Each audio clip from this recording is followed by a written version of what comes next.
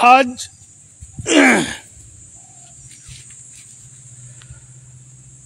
पुरानो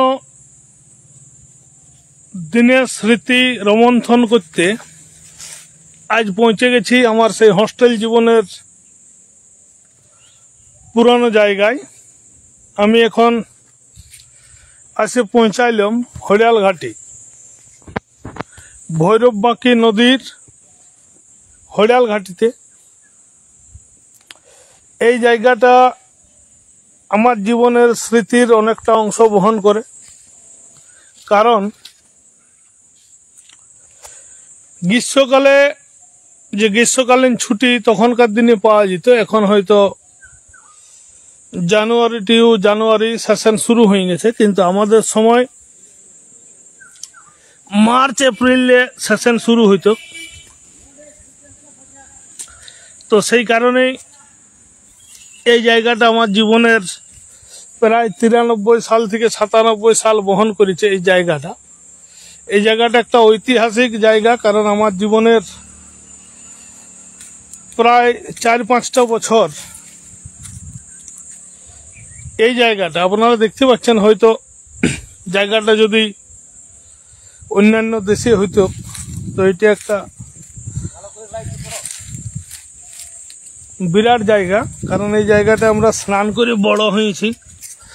অনেক জায়গায় একজন আমাদের ভালো কি বলবো সুইমার, মানে ওটাকে ঝাঁপ দেওয়ার লোক ছিল, ফুলচাঁদ হেমব্রম নামটা এখনো মনে আছে। কারণ এই যে উঁচুটা জায়গাটা আছে, এই উঁচু জায়গা থেকে লাভ দিত, এবং যখন এই জলে পড়ত, জলটাকে আমি যাচ্ছি, কষ্ট হচ্ছে কিন্তু যেতে হচ্ছে। বিরাট এই জায়গাটা লাভ দিত। সহদেব দা আছে, এখনো আমাদের সাথে মাঝে মাঝে যোগাযোগ হয়। আমি এই প্রকৃতির যে অপরূপ সৌন্দর্য, যে জায়গাটায় আমরা ঝাঁপ দিয়ে লাভ দিয়ে গ্রীষ্মকালে বড় হয়েছে, সেই জায়গাটায় আমি আছি এখনো। আজকে একটু স্মৃতি রোমন্থন পর্বে পৌঁছেছি, কারণ দীর্ঘদিন পরে এই স্মৃতিটা আঁকড়ে ধরে বাঁচিয়ে আছি। তো আমি জায়গাটা দেখাচ্ছি, হরিয়াল ঘাটি যেটার নাম। এই সব থেকে উঁচু জায়গা, এই উঁচু জায়গাটা থেকে লাভ দিত, এইখানে পড়ত ফুলচাঁদ হেমব্রম।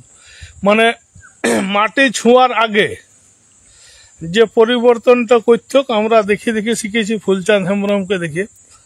তো এই যে আজকে হয়তো জলটা লাল হয়ে গেছে, কারণ গ্রীষ্মকালেও একটু বর্ষা আমরা অনুভব করছি। এই যে প্রাকৃতিক সৌন্দর্য আপনাদেরকে দেখাবো, সুইমিং পুল থেকে কোনো অংশে কম নয়। এই যে দেখুন, প্রকৃতিকে যারা একটুকুও ভালোবাসেন, এই যে একদম দেখতে পাবেন যে প্রকৃতির কি অপরিসীম ভালোবাসা।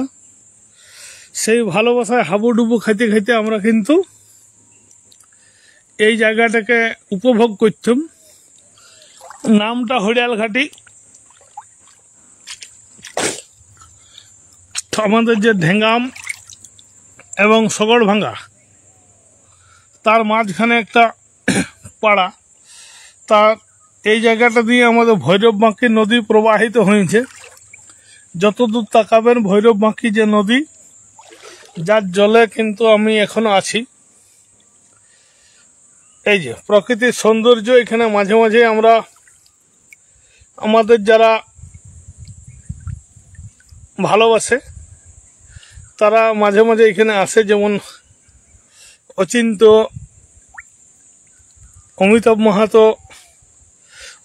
মহাপাত্র, অমিতাভ মাহাতো, সন্তোষ মাহাতো,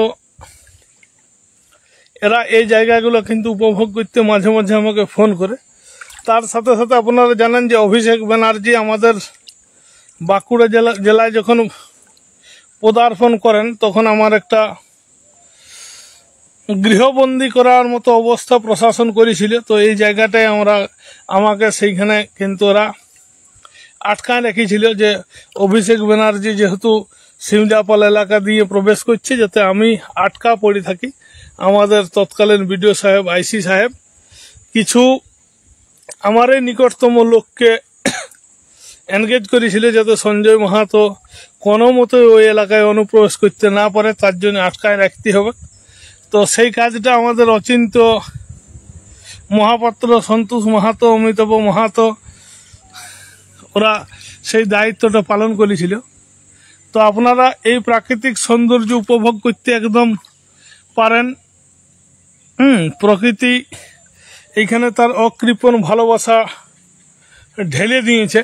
তো আজ আমি সকাল থেকে স্মৃতি মন্থন করছিলাম যে আমি এই ঢেঙ্গাম হোস্টেলের ছাত্র, ঢেঙ্গাম হোস্টেলে থাকতাম, একদম ফ্রিতে হোস্টেলে পড়াশোনা করেছি।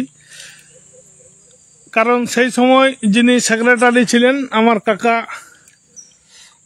শ্রদ্ধেয়, উনি মারা গেছেন আজ 2 বছর আগে, সুবলচন্দ্র মাহাতো। তিনি সোনাগাড়া গ্রাম পঞ্চায়েতের শুধু এক্স প্রধানই ছিলেন নাই, প্রায় 15 থেকে 20 বছর যার নেতৃত্বে সোনাগাড়া অঞ্চল পরিচালিত হয়েছে। এবং শক্তিপদ মহান্তি যিনি আমার এই ঢেঙ্গাম হাই স্কুলের শিক্ষক ছিলেন। তো আমাদের সোনাগাড়া অঞ্চলের যারা নিজেদেরকে জেনারেল কাস্ট বলে মনে করে তারা শক্তিপদ মহান্তি এবং সুবল মাহাতো ঘোষণাই করেছিল যে যারা বিভিন্ন ক্লাসে ফার্স্ট হবে কিন্তু অর্থনৈতিকভাবে পিছিয়ে পড়া, তারাকে এই হোস্টেলে ফ্রি অফ কস্টে রাখা হবে পড়াশোনার উদ্দেশ্যে। তো আমরা তার মধ্যে আমিও পড়ি। তো পড়াশোনা করে সবাই প্রায় আজ নিজ নিজ জায়গায় প্রতিষ্ঠা, কেউ হয়তো কন্ট্রাকচুয়াল চাকরি, কেউ প্যারাটিচার, কেউ ডাক্তার, কেউ হাই স্কুলে মাস্টার হয়েছে। তো সব কিছুর অবদান কিন্তু শক্তিপদ মহান্তি, আমাদের এই ঢেঙ্গাম হাই স্কুলের প্রাক্তন প্রধান শিক্ষক। তার সাথে সাথে আমি যার নামগুলো উল্লেখ করতে চাইছি সেটা হচ্ছে এরকম যে আমাদের এখানে একদম পড়াশোনার অবস্থা, টিউশনি মাস্টার ছিল না। অশ্বিনী সর্দার যিনি বর্তমানে আমাদের ডিআরএমএস ল্যাম্পসের ব্যাংকিং সেক্টরে চাকরি করেন, আর বিশ্বনাথ সর্দার যিনি খাতলা হাই স্কুলের ক্লারিক্যাল জব করেন। ওনারা গ্রীষ্মকালীন অবকাশে টুকটাক টিউশনি পড়াইছেন। এছাড়াও আমাদের একজন সুভাষ দাস, সুভাষ সরেন, যিনি বর্তমানে ঝাড়গ্রামের অধিবাসী। এইগুলা পূজার ছুটি বা গ্রীষ্মকালীন ছুটিতে ওনারা টিউশনি পড়াতেন, তাছাড়া আমাদের কোনো সুযোগ ছিল না। আর আমাদের অঙ্কের মাস্টারমশাই একজন আসতেন যার নাম হচ্ছে তারাপদ দে, যিনি এখনও অবশ্যই বেঁচে আছেন, যার বাড়ি হচ্ছে সিমলাপোল ব্লকের শুশুনিয়া গ্রামে। তিনি এত পরিশ্রমী ছিলেন যে ওই গ্রাম থেকে প্রত্যেক দিন স্কুল আসতেন সাইকেলে, স্কুটি নেই তখন, হচ্ছে বাজাজ, বাসে করে উনি পরিশ্রম করতেন। এই 3 জন ছিলেন। এর সাথে সাথে আর আমাদের একজন ক্লার্ক ছিলেন যার নাম হচ্ছে ঠাকুর দুর্লভ সরেন। এই 3 জনের বেতনে আমাদের হোস্টেল চলত। ওনারা বেতন জীবনে তুলেন নেই, বছরের শেষে যখন হোস্টেলে গ্র্যান্ট পাচ্ছেন সেই টাকায় ওনারা কিন্তু এই হোস্টেলটা চালনা করতেন। তো আমার দুঃখ এই জায়গায়, আর আমার আজকের লাইভটার মূল কারণ হচ্ছে ওই জায়গায় যে আমার অঞ্চলে সোনাগাড়া গ্রাম পঞ্চায়েত এলাকায় যতজন আজ পর্যন্ত শিক্ষকতা করেছেন সবাই কিন্তু হোস্টেলের ছাত্র। আবার বলছি, রিপিট করছি, যতজন আজ পর্যন্ত আমার এই সোনাগাড়া অঞ্চল থেকে এসসি এসটি ওবিসি যারাই চাকরি পাইছেন তার থেকে পড়াশোনা করেছেন। দুর্ভাগ্য হচ্ছে 2011 সালে সরকার পতনের পর থেকে হোস্টেলগুলা সম্পূর্ণরূপে বন্ধ হয়ে যায়। কারণ ব্যক্তিগত অ্যাকাউন্টে টাকা ঢোকানোর ফলে হোস্টেলগুলো বন্ধ হয়ে গেছিল। এই হোস্টেলগুলো চালানোর জন্য কিন্তু আজ পর্যন্ত কোনো সরকারি প্রশাসন আধিকারিক কেউ উদ্যোগ নেন নাই। আমাদের এখানে এমন নমুনা আছে যে কিছু ছেলে মাধ্যমিকের পর বর্ধমান, নামাল, পুব খাটার পরে এইচএস দিয়েছে, তারা চাকরিজীবী। কিন্তু বর্তমান হোস্টেলগুলো বন্ধ থাকার কারণে এবং এসএসসি বা প্রাইমারি নিয়োগ নিয়মিত না হওয়ার কারণে টোটাল এলাকার ছেলে মেয়েরা আজ বেকার। পড়াশোনা একদম নাই বললেই চলে। আমাদের সময় যখন মানে 2007 পর্যন্ত আমাদের এলাকায় কিন্তু ইলেকট্রিক থাকে নাই, হেরোকিন জ্বালিয়ে আমরা পড়াশোনা করেছিলাম। 3 টাকা 30 পয়সা দিয়ে লিটার আমরা কেরোসিন কিনতাম, আজ 90 টাকা লিটার হয়ে গেছে। তো যাই হোক, এই হস্টেলগুলো বন্ধ করার জন্য এই এসটি এলাকার SC ST এলাকায় পড়াশোনা প্রায় লাটে উঠে গেছে। এই SC STদের শুধু নয়, মানে যারা জেনারেল, এই এলাকার জেনারেল মানে কামার কুমার তাঁতি কুড়মি 2-1 ঘর বানিয়া বৈষ্ণব, এগুলো হচ্ছে জেনারেল। তো এই এলাকার মানে অরিজিনাল যারা অধিবাসী যারা, তারা কিন্তু কোনো সুযোগ সুবিধা সরকারি পায় নাই। তার জন্য মাওয়িস্ট অ্যাক্টিভিটিজ, আপনারা যদি দেখেন মাওয়িস্ট অ্যাক্টিভিটিতে কারা অংশগ্রহণ করেছিল। আমার সেই সময় একটা ডিবেট হয়েছিল, তৎকালীন আমাদের ট্রাইবেল মন্ত্রী মাননীয় উপেন কিস্কু মহাশয়, তাকে আমি বলেছিলাম আপনি মাওয়িস্ট অ্যাক্টিভিটিতে অংশগ্রহণকারী লোকগুলো দেখুন কারা বেশি, মানে 80% হচ্ছে কুড়মি, তারপরে যারা ভূমিকা নিয়েছিল তারা হচ্ছে পাল কুম্ভকার। কেন? এরা হচ্ছে এলাকার পিছিয়ে পড়া সম্প্রদায়। কারা বললাম? কুড়মি আর কুম্ভকার। এই কুম্ভকার সম্প্রদায় হচ্ছে এলাকার পিছিয়ে পড়া সম্প্রদায়ের মধ্যে অন্যতম। তো এরা কোনো সরকারি সুযোগ সুবিধা পায় না। আমাদের এলাকায় 2টি সম্প্রদায় সবচেয়ে কম বয়সে বিয়া দেয়, 18 বছরের আগে। আবার রিপিট করছি, 2টা সম্প্রদায়, একটা হচ্ছে বোরাই, যারা বর্তমানে ওবিসি লিস্টেড কিন্তু তারা অরিজিনাল আদিবাসী, আর কুম্ভকার মানে পাল, যারা হচ্ছে এলাকার অরিজিনাল অধিবাসী কিন্তু তারা কোনো সরকারি সুযোগ না পাওয়ার জন্য মাওয়িস্ট অ্যাক্টিভিটিজে তাদের অংশগ্রহণ সবচেয়ে বেশি। যদি আমরা দেখি আকাশ মাহাতো, গুরুপদ মাহাতো, যদি আমরা দেখি সুচিত্রা মাহাতো, যদি দেখি রঞ্জিত পাল, এই যে মাওয়িস্ট অ্যাক্টিভিটিজ যারা নিয়েছে, আমাদের বিভিন্ন নেতা বিভিন্ন নেত্রী বিভিন্ন সময় বলে যে 500-র উপরে কমিউনিস্ট খুন হয়েছে, সত্যিকারই খুন হয়েছে 500-র উপরে। কিন্তু এই মাওয়িস্ট যারা ছিলেন তারা কাদেরকে খুন করতেন এইটাও কিন্তু দেখতে হবে। যাদের সাথে আমাদের এই মানে বৃহৎ যে এলাকা, এই এলাকায় মানে রবীন্দ্রনাথ কর, তিনি ভমরাগড়ার অধিবাসী, মিস্টার দাস IC, ইনারা খুন হয়েছেন। ইনারা মানে রাজনৈতিকভাবে প্রশাসনিকভাবে অগ্রণী ভূমিকা গ্রহণ করার কারণে উনাদেরকে খুন হতে হয়েছে। ইনারা কোনো শ্রেণী শত্রু ছিলেন নাই। যতগুলো কমিউনিস্ট আন্দোলনের নেতৃত্ব ছিলেন তারা কেউ শ্রেণী শত্রু ছিলেন না, অথচ তাদেরকে খুন হতে হয়েছে। এখন আমি প্রথম থেকে, আপনারা জানেন যে আমি আদিবাসী কুর্মী সমাজের প্রথম পর্ব থেকে যে আন্দোলন 2004 সাল থেকে আন্দোলন করেছে, আমি বলেছি যে মাওবাদী আন্দোলন দমন করতে যেয়ে মমতা ব্যানার্জি বিভিন্ন লোককে চাকরি দিয়েছেন। এইটা যেমন সত্যি সত্যি ধন্যবাদ পাওয়ার যোগ্য, তেমনি এই মাওবাদী আন্দোলনকে দমন করতে যেয়ে যে সমস্ত কমিউনিস্ট নেতৃত্ব, গতিলাল বাবু থেকে শুরু করে বিভিন্ন আন্দোলনকারী যারা এই মানে মাওবাদী অ্যাক্টিভিটিজকে দমন করতে যেয়ে শহীদ হয়েছে, তাদের পরিবার কেন চাকরি বাকরি পাবে না? তো যাই হোক, 2019 সাল থেকে তাদেরকেও চাকরি সরকার দিয়েছে। এই জন্যে সরকারকে সত্যি সত্যি অশেষ ধন্যবাদ জানাচ্ছি। তো বিষয় হচ্ছে যে আমাদের এই এলাকার যে আন্দোলনগুলো হয়েছে, আপনি লালগড় আন্দোলন বলুন, বারিকুল আন্দোলন বলুন, আপনি প্রবাল সেনগুপ্ত, মিস্টার শিবশঙ্কর দাস, সম্ভবত বান্ধনের IC সাহেব, নামগুলো আমার সব মনে পড়ছে নাই। এই ধারে আমাদের হচ্ছে বাবু বোস, রবীন্দ্র সরকার সম্ভবত, জানি নেই মানে টাইটেলগুলো, বাবু বোস, ইনারা খুন হয়েছেন মাওবাদীদের হাতে। কিন্তু ইনারা কেউ শ্রেণী শত্রু ছিলেন নাই, ইনাদেরকে ব্যক্তিগত আক্রোশে খুনগত হয়েছে। আমার ব্যক্তিগতভাবে যদি দেখি, আমাদের যখন মাওয়িস্ট আন্দোলন বা অ্যাক্টিভিটি যে এলাকায় প্রকট হয় নাই 1989 আমি ছোট, হ্যাঁ, প্রাইমারির হয়তো শেষ গন্ডি পেরাচ্ছি, কিন্তু ঘরে আমার বাস হইতো না, কারণ আমার ঘরে প্রধান ছিল। তো সেই প্রধানকে ঝাড়খণ্ডী আন্দোলনকারীরা খুন করার জন্য আক্রমণ করত, ডেলি আক্রমণ করত আমার ঘরে। তাই আমরা যে 3 ভাই বোন বড় হয়েছি, আমরা কিন্তু ঘরে ঘরে বাস করার সুযোগ পাইনি।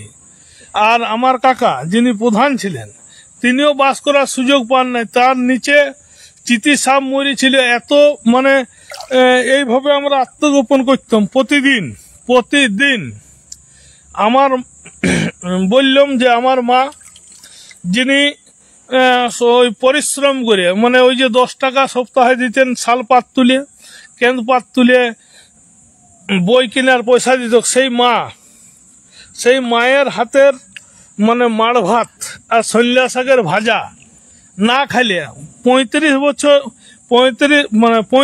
বছরের MLA, 35 বছরের মন্ত্রী মাননীয় উপেন কিস্কু, উনি বলতেন যে বৌদি তোমার হাতের সেই মাড় ভাত সেই সল্লা শাকের ভাজা খাবো। পার্থ দে যিনি শিক্ষামন্ত্রী স্বাস্থ্যমন্ত্রী ছিলেন পশ্চিমবঙ্গের, সেই পার্থবাবু আমার ঘরে রাত্রি যাপন করতেন। এবং হাঁস মাংস, উনার প্রিয় খাদ্য ছিল হাঁস মাংস। আমি ছোট সময় দেখেছি হাঁস গেড়িয়া মানে পুকুর থেকে ধরে আনে সেই পার্থবাবুকে রান্না করে খাওয়াইছে। আমার ঘরে প্রফেসর ভীম মাহাতো আমার ঘরে রাত্রি যাপন করেছে। নকুল মাহাতো আপনারা জানেন CPIM এর একদম প্রথম শ্রেণীর নেতৃত্ব নকুল মাহাতো। এই ছাড়াও আমার ঘরে আমি দেখেছি মতিলাল মাহাতো, যিনি মানে টাট্টু ঘোড়ায় চেপে আন্দোলন করতেন উলফলাম খনি।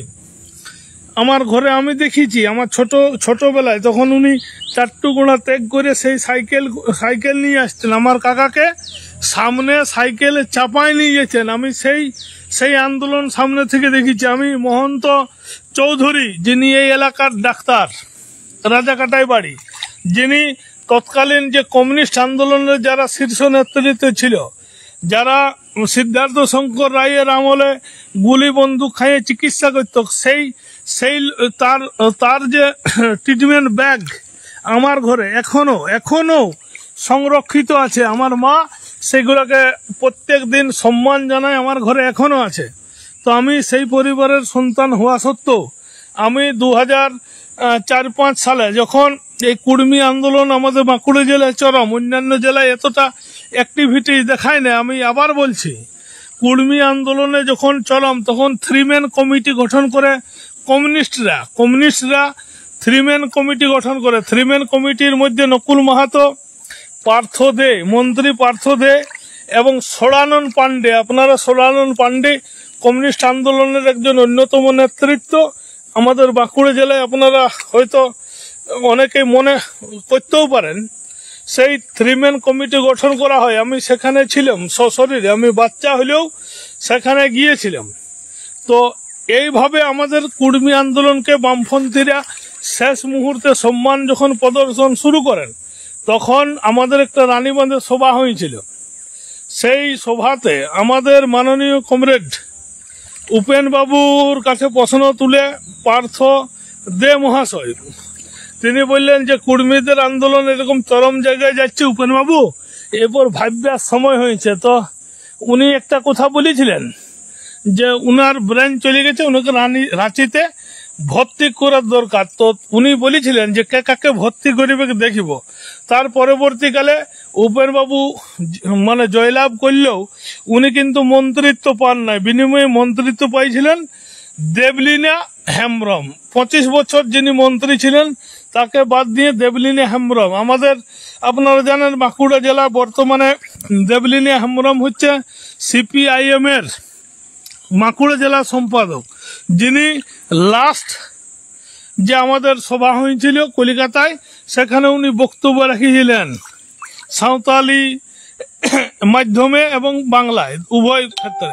তো আমার বক্তব্যটা হচ্ছে এই জায়গায়, মমতা ব্যানার্জির সরকারের কাছে আমাদের দীর্ঘদিনের যে দাবি 1994 সালে মমতা ব্যানার্জি বলেছিলেন আমি ক্ষমতায় এলে কুর্মীকে এসটি করে দিব, এবং তৎকালীন বিজেপির যিনি মন্ত্রী ছিলেন তিনিও বলেছিলেন আমাদের মানে বিজেপি এবং তৃণমূল যৌথভাবে যেবারে বিধানসভায় প্রতিদ্বন্দ্বিতা করেন সেখানে ওনারা বলেছেন, মানে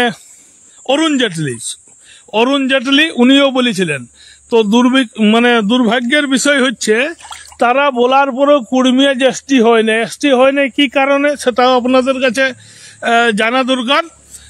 এসটি হয় না একটাই কারণে, কেন্দ্রীয় সরকার বারবার চিঠি করছে রাজ্য সরকারকে যে আপনি নো অবজেকশন দিয়েছেন, বিধানসভায় পাস করেছেন, বিধানসভায় মন্ত্রিসভায় পাস করেছেন যে কুর্মীকে এসটি করতে হবে। তো এই ব্যাপারে কেন্দ্রীয় সরকার বারবার চিঠি দিয়ে জানাচ্ছে যে দুটো বিষয়ের উপরে কুর্মীর এই এসটি হওয়ার বিষয়টা আটকে আছে। একটা হচ্ছে কি জিওগ্রাফিক্যাল আইসোলেশন, আর একটা হচ্ছে সাইনেস অফ কন্ট্যাক্ট, অর্থাৎ বৃহত্তর জনগোষ্ঠীর সাথে কুর্মীদের মিলামেশার ক্ষেত্রে যে দুর্বলতা সেটা, আর একটা হচ্ছে জিওগ্রাফিক্যাল আইসোলেশন। এই দুটো বিষয়ের উপরে মমতা ব্যানার্জি এখনো পর্যন্ত পাঠায় নাই। তো জিওগ্রাফিক্যাল আইসোলেশন বলতে কি বোঝায়, ভৌগোলিকভাবে বিচ্ছিন্ন। তো আমরা যে এলাকায় বসবাস করি সেই এলাকায় সত্যি জিওগ্রাফিক্যাল আইসোলেশন আছে। তাছাড়া আমার গাঁয়ে আছে মানে খেড়িয়া, আমি এখানে যে জায়গায় লাইভ করছি এটা হচ্ছে খেড়িয়া গ্রাম, সগড়ভাঙ্গা সবরপাড়া, আর হচ্ছে সাঁওতাল। এগুলো কুর্মী সাঁওতাল সবর সব একসাথে বসবাস করে। তাইলে আমার যদি জিওগ্রাফিক্যাল আইসোলেশন না থাকে তাহলে এদেরও নাই, আর ওদের থাকলে আমারও আছে।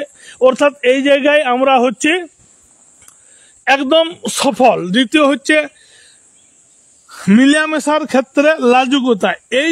এই শব্দটা পশ্চিমবঙ্গ সরকার কিভাবে ব্যাখ্যা করছে জানি নেই।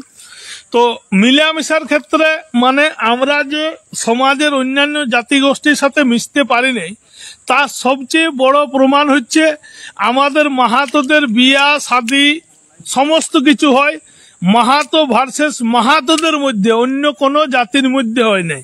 এইটা হচ্ছে সাইনেস অফ কন্ট্যাক্টের সবচেয়ে বড় মানে উৎকৃষ্ট উদাহরণ। আর কি মাহাতোদের কোন মহিলা আজ পর্যন্ত এমএলএ তো দূরের, মানে মন্ত্রী তো দূরের কথা, এমএলএ হয় নাই, কেউ ব্যবসা বাণিজ্য ক্ষেত্রে প্রতিষ্ঠিত নয়। অর্থাৎ আমরা এই সমস্ত ক্রাইটেরিয়াগুলো ফুলফিল করা সত্ত্বেও আমাদের সরকার অর্থাৎ পশ্চিমবঙ্গ সরকারের মাননীয় মুখ্যমন্ত্রী মমতা ব্যানার্জি এই দুটো প্রশ্নের উপরে যে ফার্দার কমেন্ট এন্ড জাস্টিফিকেশন তা আজ পর্যন্ত উনি আটকিয়ে রেখেছেন শুধুমাত্র রাজনৈতিক ফায়দার জন্য। কেন না কুর্মীরা আজ পর্যন্ত স্টিল নাও আজ পর্যন্ত প্রতিষ্ঠিত, কিভাবে প্রতিষ্ঠিত নয়, সামাজিকভাবে এই কুর্মীরা কিন্তু একত্রিত নয়। কারণ আমরা কি দেখেছি বিভিন্ন রাজনৈতিক দলের যে চামচা বেলচা গুলো আছে, কুর্মীর চামচা বেলচারা আছে কিরকম আমি দেখেছি যে আমাদের হংসেশ্বর মাহাতো কুর্মী আন্দোলনকারী, আমাদের কি বলবো বিভিন্ন যে এমএলএ এমপি গুলো আছে তারা আজ পর্যন্ত এই কুর্মী ইস্যুতে যদি মমতা ব্যানার্জির কাছে বা বিজেপির কাছে যদি ইনারা ইস্তফা দেন যে কুর্মীকে এসটি না করা পর্যন্ত আমরা আমাদের পদে আসবো নয়। তো কালকেই আমি বলতে পারি, কালকেই জোর দিয়ে বলছি, কালকেই মুখ্যমন্ত্রী এবং বিরোধী দলের নেতারা বাধ্য হবে কুর্মীর এই ইস্যুতে সরব হইতে। কিন্তু রাজনৈতিক কিছু দালাল তৈরি হয়েছে আমাদের এই মাহাতো জাতির মধ্যে। এই রাজনৈতিক দালাল এবং চামচাদের জন্যই কুর্মী আজ পর্যন্ত এসটি হচ্ছে না। আমরা যারা কুর্মী আন্দোলনকারী, যারা গরু বিকে, ছাগল বিকে, হাঁস মুরগি ঢাল বিকে আমরা আন্দোলন করছি, এদের কাছে কিচ্ছু যায় আসে না। এরা নিজেদের আখের কিভাবে গুছাইতে হয়, মানে এইরকম রাজনৈতিক দলের নেতারা, বিশ্বাসঘাতক নেতারা, রাজনৈতিক দলের বিশ্বাসঘাতক নেতারা তাদের দুর্বলতার জন্য কুর্মী এসটি হয় নাই। কুর্মী কোনো আন্দোলনকারীর আজ পর্যন্ত কোনো অপরাধ নাই যে অপরাধের জন্য কুর্মী এসটি হয় নাই। কাদের জন্য হয় নাই? রাজনৈতিক দালাল আছে, দালাল। কারা? এমএলএ সুশান্ত মাহাতো, এমএলএ নরহরি মাহাতো, আর আমাদের যিনি প্রাক্তন মন্ত্রী ছিলেন চূড়ামণি মাহাতো, আমাদের বর্তমান মন্ত্রী আছেন শ্রীকান্ত মাহাতো।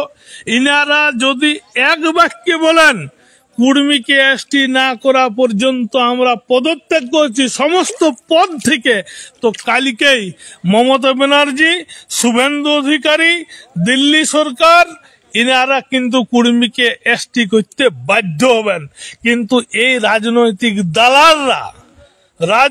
দালালরা যারা আজ পর্যন্ত পদে আছেন, কারা পদে আছেন? আমাদের চিত্তরঞ্জন মাহাতো বাঁকুড়া জেলা, আমাদের শ্রদ্ধেয় শিক্ষক জগবন্ধু মাহাতো, ইনারা আজ পর্যন্ত কুর্মী ইস্যুতে একদিনও সরব হন নাই। এই কারণে এখনো পর্যন্ত কুর্মীরা এসটি হয় নাই। ইনারা যদি সামগ্রিকভাবে বলেন যে আজই যদি কুর্মীকে এসটি করতে হয়, তো ওনারা যদি ইস্তফা দিয়ে দেন সব রকম রাজনৈতিক দল থেকে, তো কালকেই বাধ্য হবে। আর শেষ কথা আমি বলতে চাইছি, যে সমস্ত লিস্টেড আদিবাসী যারা নেতৃত্ব, যারা বিরোধিতা করছে, তারা কেউ স্বনির্ভরভাবে সচেতনভাবে বিরোধিতা করে না। এরা হচ্ছে সবাই দালাল। এরা কেউ টিকিটের লোভে, কেউ নীলবাতি গাড়ির লোভে, এরাকে তৈরি করা হয়েছে কুর্মী বিরোধী হিসাবে। এরা কেউ বাস্তব ক্ষেত্রে বিরোধ নয়।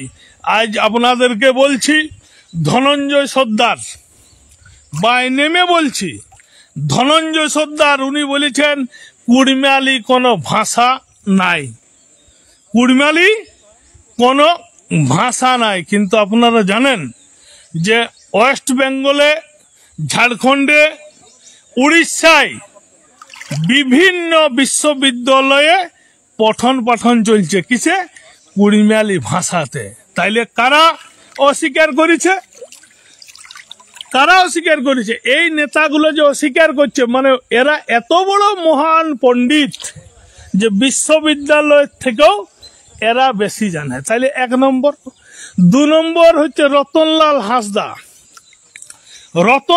হাঁসদা, যিনি বলেছেন যে কুড়মালি কোনো কালচার নাই। আমাদের সাঁওতালদের সাথে থেকে এরা কালচারে অ্যাডাপ্টেশন হয়ে গেছে, এদের মধ্যে কোনো লায়া নাই। তো আমি যে গ্রামে আছি, এই গ্রামের লায়ার নাম হচ্ছে চিত্তরঞ্জন মাহাতো। এখানে হচ্ছে আদিম অধিবাসী যারাকে বুঝায়, সেই খেড়িয়া সম্প্রদায় এই গ্রামে বসবাস করে সগড় ভাগায়। তাহলে এইখানের যিনি লায়া পুরোহিত, গোরাম থানের পুরোহিত, তার নাম হচ্ছে চিত্তরঞ্জন মাহাতো, অর্থাৎ লায়া বংশ হচ্ছে চিত্ত মাহাতো। তাহলে উনি বললেন যে ইনাদের কোনো পুরোহিত নেই, মানে উনিও ফ্লপ। তারপর হচ্ছে আমাদের এলাকায় যত যা নেতা বা নেত্রী এসটি সম্প্রদায় যারা বিরোধিতা করে, তারা কেউ এমএলএ টিকিট, কেউ অরূপ চক্রবর্তী মহাশয়ের কাছে টাকা নিয়ে বিভিন্ন রাজনৈতিক দলের দালালি করছে। এইগুলো আমি সবারই বাই নেমেও বলে দিতে পারি আজ, কিন্তু আমি বলবো নাই, কারণ তাদের যদি কিছু ব্যক্তি স্বতন্ত্রতা থাকে বা আমার নামে বাই নেমে যদি ওদের কিছু করার থাকে, আমি হাইকোর্টে দেখা করব। কারণ আপনারা জানেন যে বিগত কয়েকদিন ধরে কুড়মালি আন্দোলনকারী বিভিন্ন নেতা নেত্রীর উপরে অযথা পুলিশ সহমতো মামলা করেছে। কারণ কি? আমাদের নেতৃত্ব মাননীয় অজিত প্রসাদ মাহাতো, তিনি একটা পেরিয়ার স্বামীর কথা উদ্ধৃত করে কোর্ট করেছিলেন। তো সেই পরিপ্রেক্ষিতে চীনের প্রফেসর, যিনি কিন্তু এই কুড়মালি আন্দোলন ভাবে তিনি সেইভাবে জড়িত ছিলেন নাই, তাকেও কিন্তু জেল খাটতে হয়েছে 19 দিন। কি অথচ আমাদের এই কুড়মিয়ালি বিষয় নিয়ে আপনারা জানেন সিআরআই দপ্তরে ডেপুটেশন দিতে গেছিল এই বিভিন্ন এসটি কমিউনিটির মানুষরা। সেখানে গিয়ে নেমে কুড়মি ক্ষত্রিয়, আবার বলছি কুড়মি ক্ষত্রিয়দের আদিবাসী তালিকায় অন্তর্ভুক্তি করা চলবে না। এই মাহাতোদেরকে জাতি ধর্ম বর্ণ তুলে অযথা অকথ্য কুৎসিত কদর্য ভাষায় গালিগালাজ করেছিল আমাদের সমু মান্ডি। তার বিরুদ্ধে আমরা 100 থানায় অভিযোগ করার পরেও, আবার বলছি 100 থানায় অভিযোগ করার পরেও কোনো পদক্ষেপ সরকার নেই নাই। তার আগে আমি নিজে সশরীরে উপস্থিত থেকে এসপি সাহেবদেরকে মেমোরেন্ডাম নিয়েছিলাম যে আমাদের কুর্মী জাতির বিরোধিতা করে যে কেউ করতে পারে, কিন্তু নেমে জাতি ধর্ম বর্ণ তুলে যদি কেউ কোনো প্রকার কদর্য কুৎসিত ভাষায় আক্রমণ করে তাদেরকে আমরা ছাড়িয়ে দিব নাই। এরপরেও অভিযোগ জানানোর পরেও কেউ কোনো পদক্ষেপ নেই নাই। তার জন্য আমরা খাতলায় সভা করে তার পদক্ষেপ নেওয়ার জন্য জানালাম, কিন্তু কেউ নেই নেই। তো এখন আশার ব্যাপার, আমরা দীর্ঘদিন ধরে যে লড়াই করেছি সেটা হচ্ছে কি, যার যত অংশীদারি তার তত ভাগিদারি দিতে হবে। অর্থাৎ যে জাত যত শতাংশ যে এলাকায় বসবাস করে তার বিভিন্ন ক্ষেত্রে রিজার্ভেশন তত দিতে হবে। তাইলে আর রিজার্ভেশন পলিসির কোনো প্রয়োজন হবে নাই। কিন্তু কুর্মী যে আদিবাসী তার স্বীকৃতি সরকারকে দিতে হবে। তো আমাদের কেন্দ্রীয় সরকার মান্যতা দিয়েছে যে জাতিগত